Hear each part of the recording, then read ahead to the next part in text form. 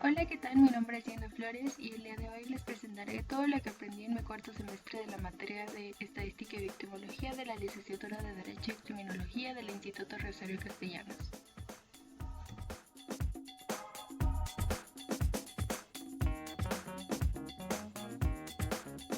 A inicios de este curso nos hicimos la pregunta de qué es el derecho y se mencionó que el derecho es el conjunto de normas que regula la conducta del hombre en sociedad.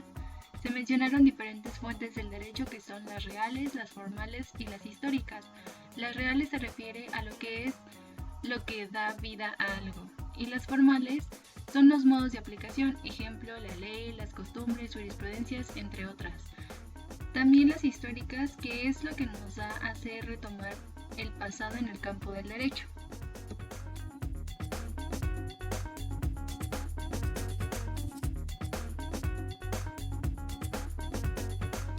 También se mencionaron los diferentes tipos de derecho. Está el derecho público, que es la relación de particulares con el Estado. Esto quiere decir que es el derecho penal, el derecho fiscal, etc. También el derecho privado, que es la relación de los particulares con los particulares. El derecho social, que son los grupos vulnerables, como es el derecho laboral, los derechos humanos, entre otras.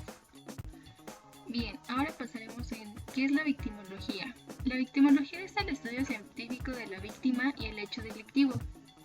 En este caso, se habló de la desvictimización y la victimización, que son los estudios del proceso. Es por eso que cuando se inició el estudio de la victimología, a muchos les interesó que escasamente se mencionaba a la víctima y el criminal era estudiado, protegido, tratado, explicado, clasificado, sancionado y auxiliado. En la escuela clásica y positiva se empezó a ver que el interés principal era el delincuente, pero que a la víctima siempre la dejaban al último o simplemente no le hacían caso. Ante este estudio, Benjamin Mendelssohn en 1956 publica La victimología y él es el que empieza a estudiarla. También en este semestre vimos algunas de las ciencias que son relacionadas con la victimología. Entre esas está el jurídico penal, esto es por el proceso penal, por la seguridad pública, la administración de justicia, la historia, la dogmática, la filosofía y el amparo penal, entre otras materias.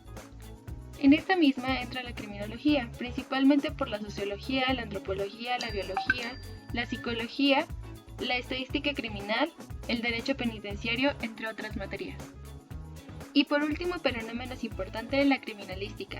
Esto es principalmente por las materias que tiene, como lo son la medicina forense, la fotografía forense, documentoscopía, balística, grafoscopía, sustancias tóxicas, químicas, entre otras. Bien, ahora pasemos a qué es la víctima. La víctima es el sujeto que padece un daño por culpa propia, ajena o por causa fortuita. Desde el punto de vista puramente jurídico, una persona es víctima cuando cualquiera de sus derechos ha sido violado.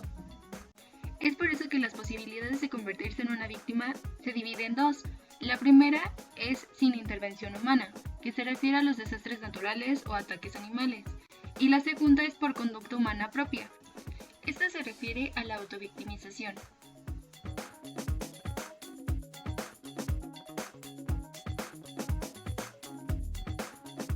En este semestre también leímos el libro de Rodríguez Manzanera, Victimología, donde se menciona que la definición víctima para muchos autores es variable y muchas veces la definición de víctima ha ido cambiando con el tiempo. En este caso ponen diferentes tipos de víctima, que es la víctima por esclavitud, por religión, por abuso, entre otras. Asimismo menciona que la víctima no nada más son seres humanos, sino también pueden ser seres vivos, en este caso un animal.